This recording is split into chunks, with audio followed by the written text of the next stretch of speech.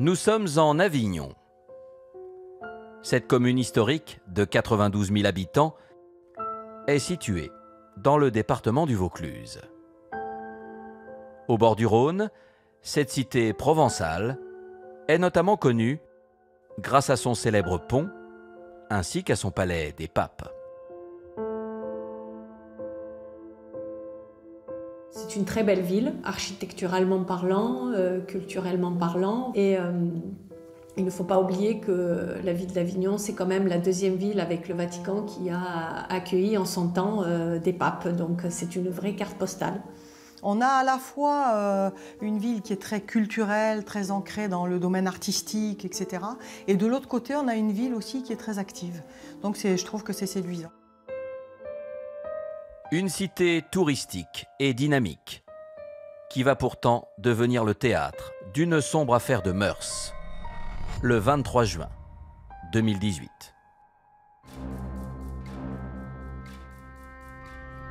Peu avant 22 h, les policiers sont appelés par une jeune fille qui explique qu'une amie à elle a été victime d'une agression de la part de son petit ami dans le centre-ville d'Avignon.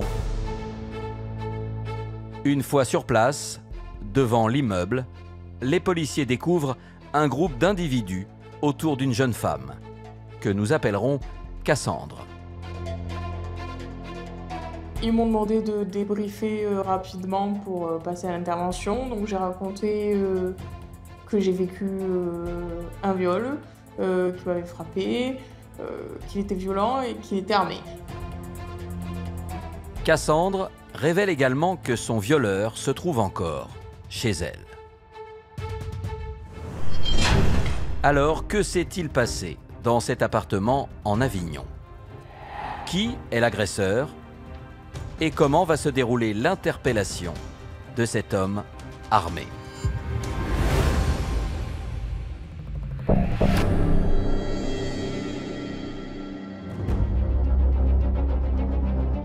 Mis en garde par Cassandre, les policiers s'approchent de l'appartement de la jeune femme et tentent d'établir un contact avec l'agresseur. Un jeune homme de 24 ans, prénommé Thomas. Le suspect ne coopère pas avec les forces de l'ordre, c'est-à-dire qu'à plusieurs reprises, les forces de l'ordre essaient de le convaincre d'ouvrir la porte et il ne le fait pas. Il va les outrager à plusieurs reprises et par la fenêtre, les forces de l'ordre vont voir le suspect muni dans une main d'un couteau de cuisine et dans l'autre d'une lampe taser. Les policiers m'ont demandé de rentrer dans le hall avec eux pour lui parler, pour qu'il puisse ouvrir, savoir s'il allait ouvrir ou pas. Et, même chose, toujours les mêmes questions. Thomas, ouvrez la porte, on va rien vous faire, on veut juste discuter, mais rien n'y fait. L'équipe d'intervention décide alors de faire appel à des renforts pour déloger l'individu retranché. Les pompiers vont casser le barillet pour réussir à rentrer. À ce moment-là, le suspect va indiquer aux forces de l'ordre qu'il veut leur parler. Les forces de l'ordre vont se rapprocher du trou de la serrure et là, ils vont se faire gazer. Et tandis que les policiers pénètrent finalement dans l'appartement, Thomas s'enferme dans la salle de bain. Les fonctionnaires de police sont obligés de faire intervenir un chien policier à ce moment-là parce qu'ils ne parviennent pas à interpeller le suspect. Après les sommations qui ne donnent rien, le chien est démuselé et il est envoyé sur le suspect dans la salle de bain. Immédiatement, le chien mord le suspect, ce qui a pour effet finalement de lui faire lâcher sa lampe taser, de le désarmer. Immédiatement, les forces de l'ordre passent les menottes à cet homme qui leur a donné tant de mal pendant près d'1 heure. Ils sont en face d'un individu commun au final, plutôt de jeune âge, pas d'une corpulence extrême, quelqu'un de totalement normal. Théâtre de l'affrontement, l'appartement de Cassandre est perquisitionné. On retrouve un couteau de cuisine dont il s'est saisi au moment où les policiers interviennent. On retrouve également une bombe lacrymogène et la lampe taser. Et après coup, au moment de son placement en garde à vue, on retrouvera au moment de la fouille un couteau à cran d'arrêt. Interrogé à l'hôtel de police d'Avignon, Thomas conteste les accusations de viol dont il fait l'objet. Mais il explique qu'il y a eu un rapport sexuel consenti. Il reconnaît les violences à l'encontre de la victime, mais il explique qu'après cette scène de violence, il y a eu réconciliation et qu'il y a eu un rapport sexuel qui a été consenti réciproquement. Alors quel sera le récit de Cassandre sur son agression? Thomas continuera-t-il à nier les faits? Et pourquoi s'en est-il pris à cette jeune femme?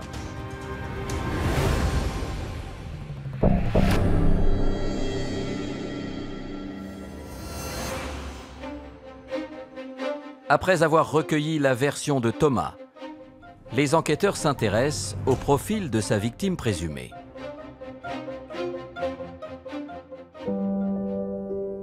Âgée de 20 ans, Cassandre suit des études de coiffure et travaille en parallèle comme caissière dans un supermarché. Dans la vie de tous les jours, je suis une fille très souriante. Même quand ça va pas ou qu'il y a une petite tracas du quotidien, toujours le sourire, très gentille avec tout le monde, peut-être trop. J'encaisse beaucoup, donc je garde beaucoup de choses pour moi. Prise en charge par un médecin légiste, Cassandre présente manifestement des traces de violences sexuelles ainsi que des blessures corporelles. Moi, j'avais des bleus autour du cou, donc de traces de doigts autour du cou, donc un coup sur le bras, un coup sur le genou, et j'ai eu des brûlures du taser qu'il a utilisé au moment de l'acte sexuel non consenti. Suite à cet examen médical, les experts réalisent des prélèvements sur Cassandre. Ils ont été faits parce que c'est la procédure habituelle, mais dans notre cas, dans la mesure où Thomas ne niait pas avoir eu des relations sexuelles avec Cassandre, ça n'avait plus grand intérêt. La seule question qui se posait ensuite, c'était de savoir si ces relations étaient consenties ou pas. Dès le 25 juin, l'enquête est confiée à la PJ d'Avignon. Dans un premier temps, les policiers interrogent la jeune femme au sujet de sa rencontre avec le suspect. Tous deux ont fait connaissance sur Internet, un mois auparavant. Le profil de Thomas lui avait plu, ils ont donc discuté pendant quelque temps directement donc par message interposé pour ensuite se donner rendez-vous. Le garçon que j'ai eu en face de moi, plutôt gentil, simple, souriant. On s'est beaucoup apprécié, il y a eu un petit bisou et donc il m'a demandé de visiter chez moi. Sincèrement, sur le moment, je n'ai pas forcément réfléchi, donc je dis oui, pourquoi pas. Il était arrivé avec un sac d'affaires et s'était installé dès sa première venue dans son studio, ce qui l'avait un petit peu étonné. Mais compte tenu du fait qu'il avait été très agréable, elle n'avait pas plus prêté attention à ça que ça. Pourtant, leur relation se dégrade rapidement. La semaine suivante, donc, il avait un peu fouillé chez moi. Il avait trouvé donc mon ancien portable qui datait de 1 an. Et il avait lu mes messages, donc forcément j'avais des messages d'une ancienne relation. Il m'a fait une crise de jalousie sur ça, comme quoi je le trompais, que j'avais une autre relation, que j'étais pas sérieuse, ce qui était faux bien sûr. Et ça a commencé comme ça, des petites choses. Lorsque ma cliente va souhaiter sortir, ne serait-ce qu'aller travailler ou voir des amis, il va extrêmement mal le prendre et va se montrer très très vite agressif, menaçant. Le 20 juin, après 1 mois de relation, le couple se sépare et Thomas quitte le studio de Cassandre. Mais 2 jours plus tard, il revient à l'appartement et agresse pour la première fois la jeune femme. Il m'a plaqué contre le mur avec les mains autour du cou, donc il m'a étranglé. Je commençais à plus respirer, presque à suffoquer. Et il m'a relâché.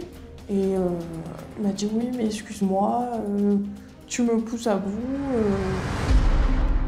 Malgré cette violente altercation, Thomas passe la nuit chez Cassandre. Le lendemain, je suis allée travailler. Donc je commençais le matin, je suis arrivée au travail, je m'étais préparée comme d'habitude. Et j'ai donc mon directeur qui m'a vue et m'a dit « Oh, tu as passé une bonne soirée hier ». J'ai dit « Ah bon ?» Je lui ai dit « Pourquoi ?» Et il m'a dit « Tu as des soucions autour du cou ?» Ah bon? Enfin, du coup, de là, je pars donc au vestiaire pour voir. Et en fait, c'était donc les traces de doigts autour de mon cou de Thomas de la veille. Mais contrairement au directeur, les collègues de la jeune femme se doutent de quelque chose. J'ai donc mon amie qui m'a dit « Écoute, viens, on va discuter dehors, on va boire un café. » Et elle m'a dit « Tu sais, si ça va pas, faut le dire, faut que tu nous le dises ou que tu le dises à quelqu'un. On est là, hein, on peut t'écouter, il n'y a pas de souci. » À ce moment-là, je lui dis pas qu'il se passe quelque chose, que ça ne va pas. Je le garde pour moi, comme j'ai l'habitude de faire. Une fois de retour à son appartement, Cassandre tente de mettre Thomas à la porte. Elle va lui répondre sur un ton qui ne va pas lui convenir, ou bien parce que elle va lui dire qu'elle est fatiguée et qu'elle voudrait qu'il s'en aille.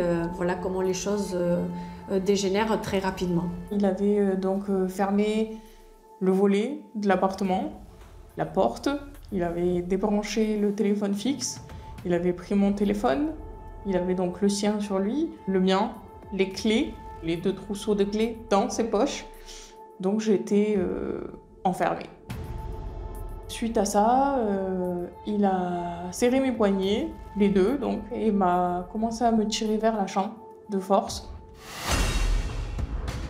C'est là qu'il s'est allongé dans le lit et qu'il a commencé à me forcer à lui faire une fellation. Donc en pleurs, je pleurais toutes les larmes de mon corps. Je n'avais pas envie de ce moment-là, donc. Et il me disait qu'il fallait que je fasse mieux, sinon il allait me frapper. Qu'il avait aussi le taser sur lui, donc il s'en servirait. Suite à ça, il a voulu changer de position. Donc c'était donc sur le dos, et il m'a mis un oreiller sur le visage pour également pas me voir ou m'étouffer, ou les 2 en même temps. Après d'interminables minutes, l'agresseur de 24 ans finit par libérer Cassandre de son étreinte. Il m'a regardé en face de moi et m'a dit j'ai quelque chose contre toi. Sans savoir ce qui se passait, je lui ai dit ah bon, enfin quoi?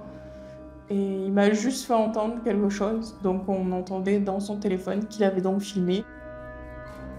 On est retourné dans le salon, il m'a rendu mon téléphone et j'ai commencé à réfléchir dans mon coin du canapé. Et je me suis dit il faut que ça s'arrête, il te fera encore plus de mal que ce qu'il en a fait déjà.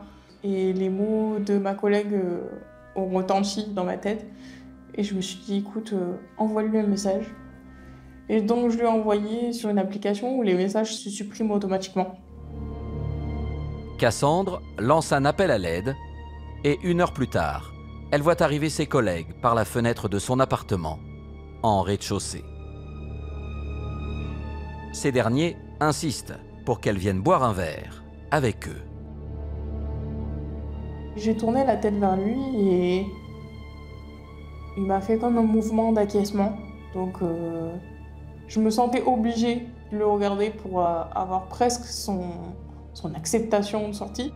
Pour Thomas, comme il est dans des rapports de violence avec sa compagne, pour lui, ça ne va pas jusqu'à la rupture de la relation sentimentale et il ne pense pas que la victime va dénoncer les faits et va faire appel aux forces de l'ordre. Pour lui, elle va aller avec ses amis et quand elle va revenir, finalement, elle lui aura pardonné et la relation va pouvoir se poursuivre comme si rien ne s'était passé. Quand j'ai passé le pas de la porte, je me suis effondrée. Je me suis effondrée en pleurs dans les bras d'une de mes collègues et elle m'a dit « mais qu'est-ce qui se passe? Qu'est-ce qui se passe ?» Donc on a marché un peu plus loin au bout de la rue et donc j'ai expliqué et elle m'a dit « bon c'est bon, on appelle la police, il faut que ça s'arrête. » Et face aux accusations de Cassandre, les enquêteurs provençaux examinent le contenu du téléphone de Thomas. On retrouve une vidéo sur laquelle on voit une scène d'une relation sexuelle contrainte à l'évidence. Et très rapidement, on va réussir à identifier la voix de Cassandre qui se débat et qui n'a de cesse que de dire non, non, je ne veux pas, je ne prends pas de plaisir, puisqu'il lui a quand même posé la question de savoir si elle prenait du plaisir et qu'elle disait non, entre les larmes. Cette preuve vidéo établit formellement le viol de Cassandre par Thomas, la nuit de son interpellation. Mais l'expert informatique de la police judiciaire fait une autre découverte. On retrouve également une seconde vidéo qui est quelques semaines antérieure, puisqu'elle date d'avril 2018, qui montre également une relation sexuelle non consentie avec une autre jeune femme qui n'est pas Cassandre. Alors, qui est cette seconde victime? Les enquêteurs parviendront-ils à l'identifier? Et que révélera Thomas à son sujet?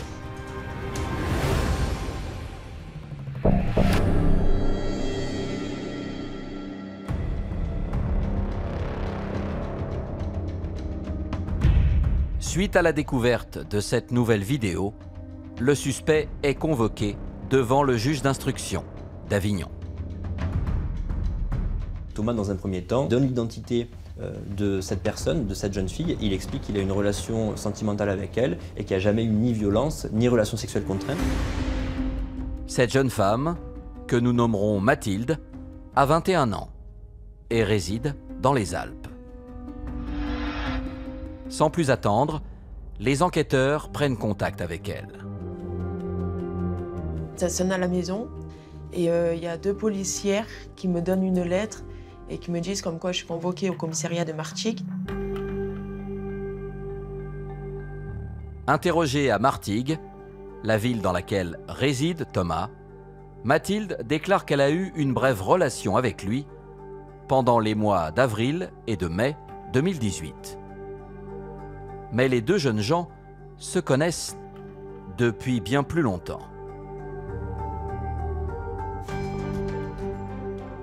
Je l'ai rencontré, j'étais en 3e. Donc toute la période du collège, du lycée, tout ça, on se fréquentait en tant qu'amis. Et c'est seulement 6-7 ans après que du coup on se met en couple. Et c'est là que je vois le vrai visage. Quand il va sentir qu'il l'a sous la patte, en quelque sorte, eh bien là, les choses vont changer très vite. C'est-à-dire qu'au début, il était gentil, bon, un peu jaloux, un peu possessif, mais j'allais dire, au départ, elle était flattée par ça. Sauf que ça va devenir véritablement autre chose que ça va devenir violent très vite.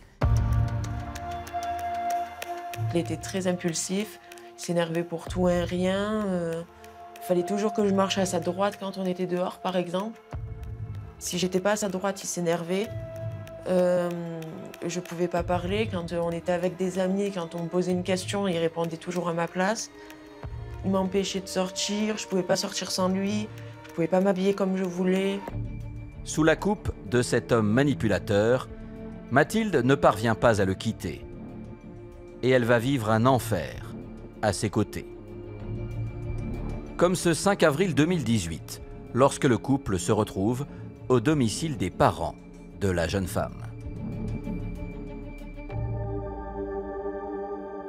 Il veut discuter avec elle, donc il lui demande de monter dans sa chambre. Elle est chez son père. Dans la maison, il y a le père et le frère au rez-de-chaussée.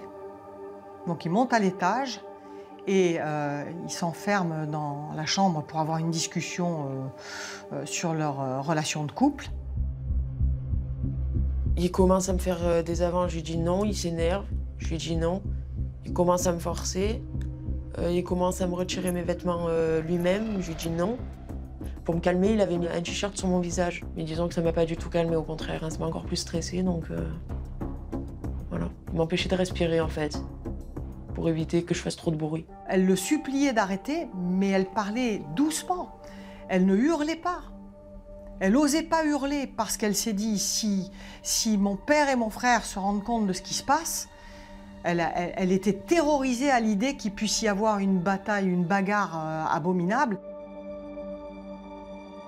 Sur la table de chevet, le téléphone de Thomas filme le viol sans que Mathilde ne s'en rende compte.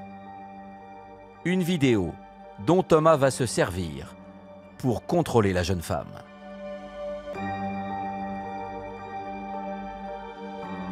J'avais juste peur de partir. Je me suis dit, si je pars, ben, ça va être encore pire derrière. S'il me retrouve, ça va être encore pire. Si je pars, il va balancer la vidéo, il va balancer des photos. Et disons que tous les amis que j'ai en commun avec lui vont voir les vidéos, les photos. Donc voilà, même si ça se voit à la base sur la vidéo que je ne suis pas consentante du tout, l'œil des autres, j'aurais pas pu. Elle aurait porté plainte, je me suis dit que j'aurais peut-être pas vécu ça. Mais dans le fond, je pouvais pas lui en vouloir non plus parce que je l'avais vécu. Donc je savais ce que ça faisait et que c'était compliqué de porter plainte contre quelqu'un sur des faits comme ceci. Cette relation d'emprise dure jusqu'au début du mois de juin 2018. Quelques jours seulement avant que Thomas ne rencontre Cassandre. J'ai réussi à m'enfuir grâce à mon frère et une amie à moi. Sinon, je crois que, à l'heure qu'il est, c'est possible que j'aurais été morte, je pense. Hein. Parce que entre les étranglements, les étouffements, les coups, tout ça, je pense pas que j'aurais pu tenir plus longtemps que ça. Face aux enquêteurs, Mathilde va également révéler avoir été contactée par Thomas avant qu'elle ne se rende à Martigues pour sa convocation.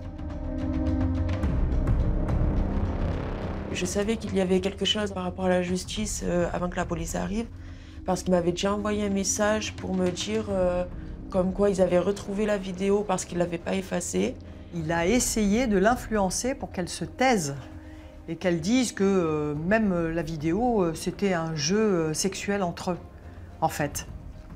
Il espérait qu'au dernier moment, elle aurait un sursaut d'amitié pour lui et qu'elle ne dévoilerait pas, évidemment, la réalité de la situation. Une tentative d'influence depuis sa prison que les enquêteurs ne peuvent établir avec certitude. Thomas va contester être entré en contact avec la victime.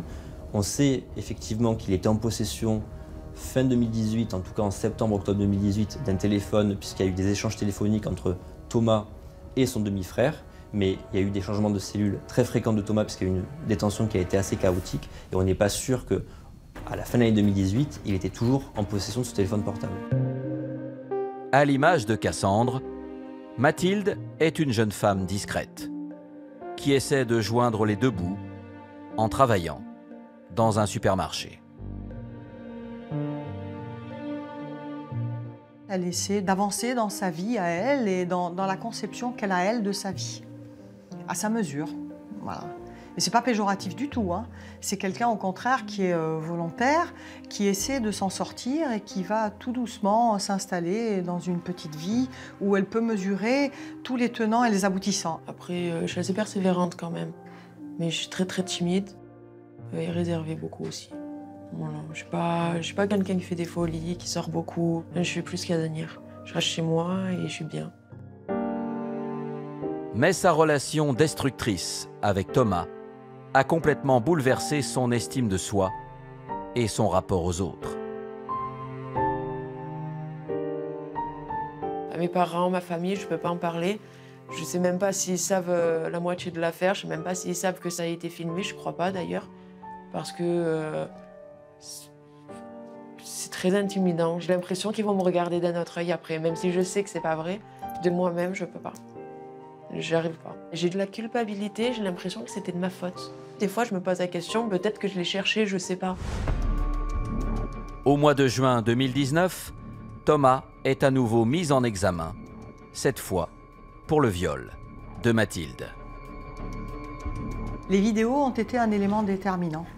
C'est toujours, vous savez, la question de la parole de la victime contre l'agresseur. Et c'est quand même rare d'avoir la chance que ce soit filmé et qu'on entende la victime dans les deux cas, hein, que ce soit Cassandre comme Mathilde, hein, dire non, non, je ne veux pas et refuser l'acte.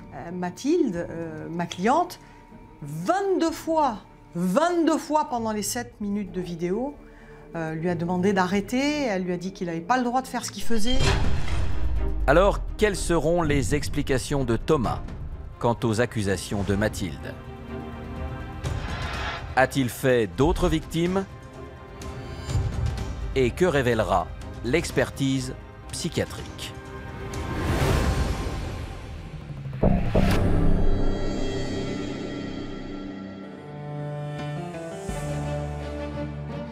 Thomas est né et a grandi en Provence au sein d'une famille recomposée. Adolescent à problème, décrit comme violent, sa scolarité s'arrête au collège. Thomas, c'est un jeune homme qui n'a pas d'insertion professionnelle, qui est sans emploi et qui mène une vie assez oisive sur Martigues. Il ne travaille pas et il profite des compagnes chez qui il s'installe. C'est-à-dire qu'en fait, il vit à leur crochet. Entendu à nouveau par la police judiciaire d'Avignon, le jeune homme minimise les faits au sujet de Mathilde.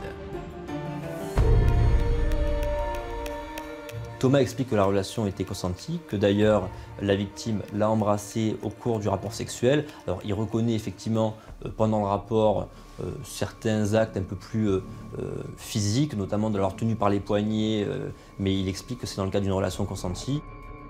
Il explique également que la relation sexuelle a été filmée sans que ce soit un moyen pour lui d'humilier la victime, mais que c'était plus dans le registre du fantasme sexuel qu'autre chose.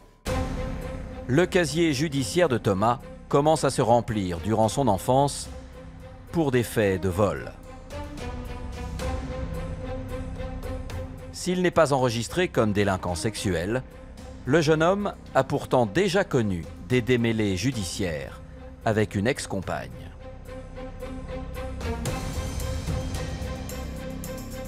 Les services de police vont s'apercevoir qu'il y a eu une condamnation devant un tribunal correctionnel. Il a été condamné à 8 mois pour avoir commis des actes de violence conjugale. Donc ils veulent savoir ce qui a pu se passer dans le secret de ce couple. Cette troisième jeune femme, que nous appellerons Sophia, a rencontré Thomas en 2012 sur les réseaux sociaux. Et son témoignage fait écho aux agressions de Mathilde et de Cassandre.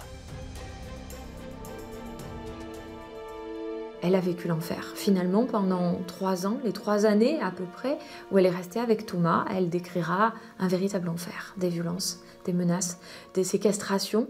Le fait qu'elle était totalement, par lui, par son comportement, coupée de sa famille, de ses amis. Il y aura même caché sa pilule contraceptive pour avoir un enfant. Elle explique également que la situation s'est aggravée quand elle est tombée enceinte. Elle explique que Thomas l'a frappée avec une batte de baseball, qu'il lui lançait des couteaux dessus, qu'il l'a brûlée à plusieurs reprises avec un briquet. Et elle explique finalement, tout au long de la relation, la violence va aller crescendo. Elle était devenue une chose qu'il utilisait à son gré. Il lui imposait des rapports sexuels quotidiens.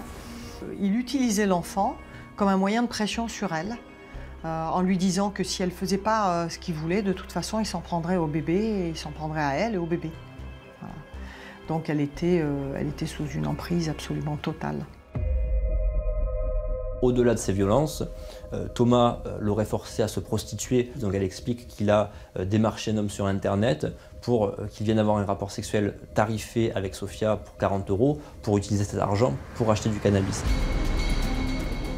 Leur relation se termine en mars 2016, lorsque la jeune femme trouve finalement le courage de déposer plainte. Mais uniquement pour violence conjugale.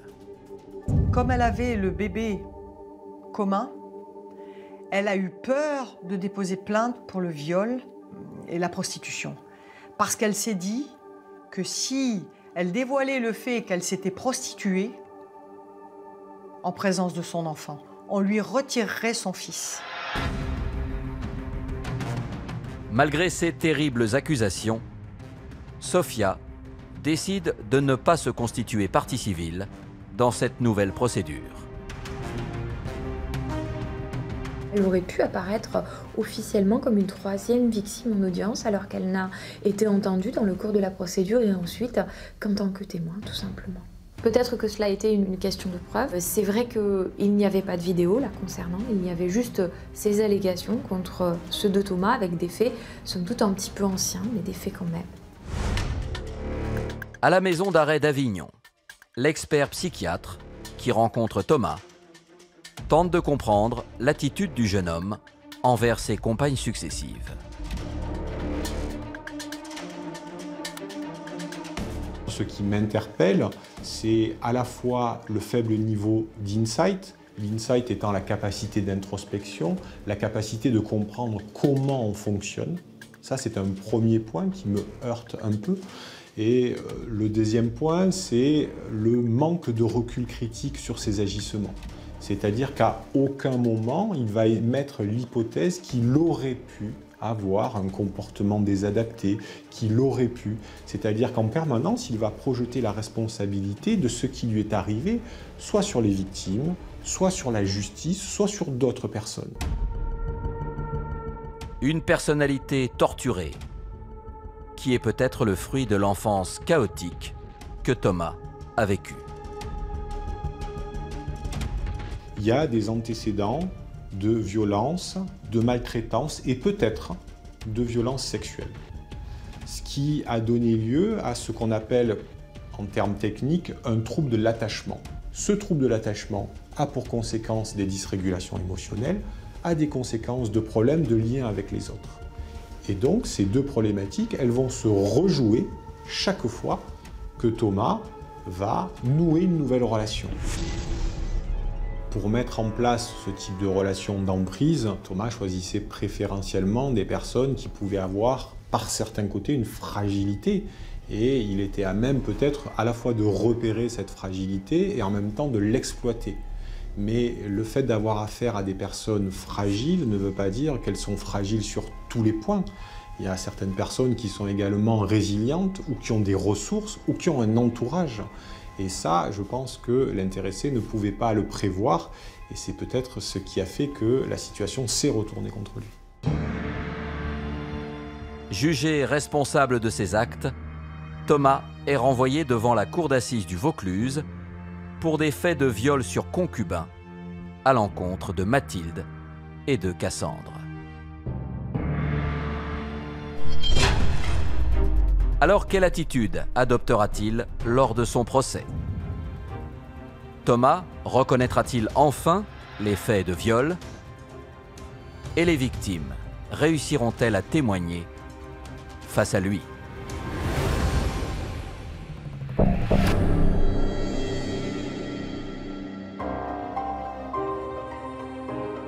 Le 16 novembre 2020, 2 ans après l'agression de Cassandre, s'ouvre le procès de Thomas devant la cour d'assises du Vaucluse.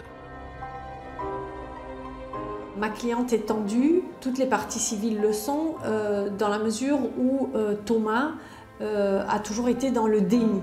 Et donc les parties civiles attendent beaucoup de ce procès, tout en ayant l'inquiétude, comme souvent dans ce type de procédure, de ne pas être crues et que leurs paroles ne soient pas prises au sérieux.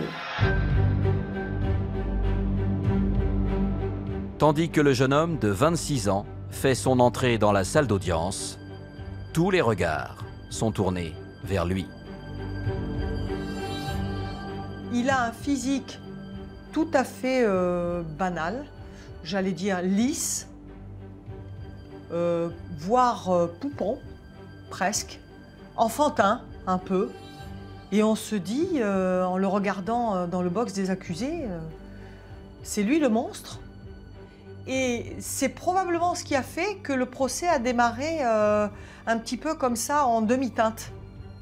C'est parce qu'il ne renvoyait pas une image véritablement en adéquation avec ce qu'on pouvait imaginer de ce qui s'était passé dans le huis clos de ces couples successifs. Appelées à la barre, Cassandre et Mathilde racontent à nouveau les violences qu'elles ont subies au cours de l'année 2018. Un moment redouté par les deux victimes. J'étais très stressée, j'avais la voix enrouée, Disons que le juge m'a beaucoup aidée à parler. Il m'a posé beaucoup de questions parce que je n'arrivais pas à parler de moi-même. Mon passage a été fait tout le long en pleurs, malgré tout, parce que ça remue encore des choses. Il faut en parler, il faut dire tout depuis le début, donc c'est compliqué. Mais voilà, malgré les pleurs, et j'ai tout sorti. Et j'ai tout sorti, j'ai tout dit. Et pour appuyer leurs témoignages bouleversants, des extraits des vidéos trouvés sur le téléphone de Thomas sont diffusés devant la cour. C'était épouvantable, épouvantable. Il y avait un silence de mort dans la salle quand j'ai fait visionner la vidéo. Un silence de mort, c'était épouvantable, vraiment. Il n'y a pas d'autre mot. Et j'ai mes raisons pour l'avoir fait, c'est parce qu'il était extrêmement important que les jurés puissent se rendre compte à quel point les jeunes femmes qui se retrouvent dans cette situation sont en état de faiblesse. Sophia, qui a vécu l'enfer pendant 3 ans aux côtés de l'accusé, va elle aussi raconter son histoire à la barre. Mais en qualité de simple témoin. Tout le monde retient son souffle, tout le monde a mal au ventre. On a une personne qui, entre sanglots et spasmes, va nous raconter une période de sa vie qui a été juste un enfer. Il n'y a pas de mots pour décrire ça, c'était juste horrible ce qu'elle a vécu. Pour moi, c'est inhumain de faire ça à quelqu'un. J'entends tout ce qu'il lui a fait. Je me suis dit, mais pourquoi elle n'a pas porté plainte? Mais malgré tout, on se dit qu'il lui a tellement fait du mal qu'elle n'aurait jamais réussi. À l'issue de son témoignage, Sophia quitte la salle, terrassée par une crise de spasmophilie. On s'est senti quand même une empathie terrible pour cette jeune femme et on s'est dit qu'au bout du compte, les choses étaient mal faites. Elle aurait dû être, elle aussi, assise parmi les victimes. Face au récit de ses 3 anciennes compagnes, Thomas va contre toute attente reconnaître les faits dont on l'accuse. Mais son attitude peine à convaincre. Ça ne va pas lui bénéficier autant qu'on l'aurait espéré, puisque dans le cas de cette reconnaissance, il y a quand même beaucoup de honte et beaucoup de pudeur. Il va avoir du mal à développer des explications qui seront totalement satisfaisantes pour les jurés qui composent la cour d'assises. Pour moi, il s'excuse juste pour la forme devant le juge, tout ça, mais en vrai, il ne se rend pas forcément compte, je pense, des conséquences, des actes qu'il a fait tant sur moi que sur les autres. C'était surtout pour se dédouaner, pour baisser sa peine. Mais on s'est dit que pour nous, ces excuses n'étaient pas valables. Après 3 jours de procès, Thomas est condamné à 15 ans de prison, assorti de 5 années de suivi socio-judiciaire et d'une injonction de soins. Moi, j'en ai pleuré de joie à la fin. J'étais fatiguée au temps du procès, de tout ça, donc j'étais contente. J'ai dit, c'est fini, je peux passer à autre chose. Je peux pas forcément oublier parce que ça s'oublie pas, mais je peux avancer.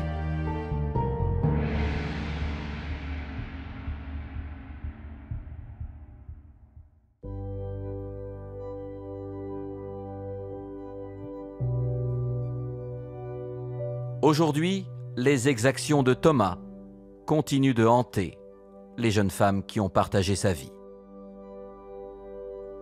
Mais pour Cassandre et Mathilde, ce passé douloureux prend de moins en moins de place dans chacune de leurs vies. J'ai repris un peu confiance en moi, j'ai repris le travail, j'ai repris une vie normale et simple comme j'avais avant. J'essaie d'oublier.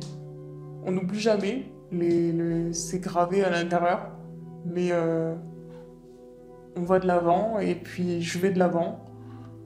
Je perds du poids, je me suis repris en main, je fais du sport, je suis heureuse à l'heure actuelle, donc je me sens bien et j'espère que ça va continuer comme ça.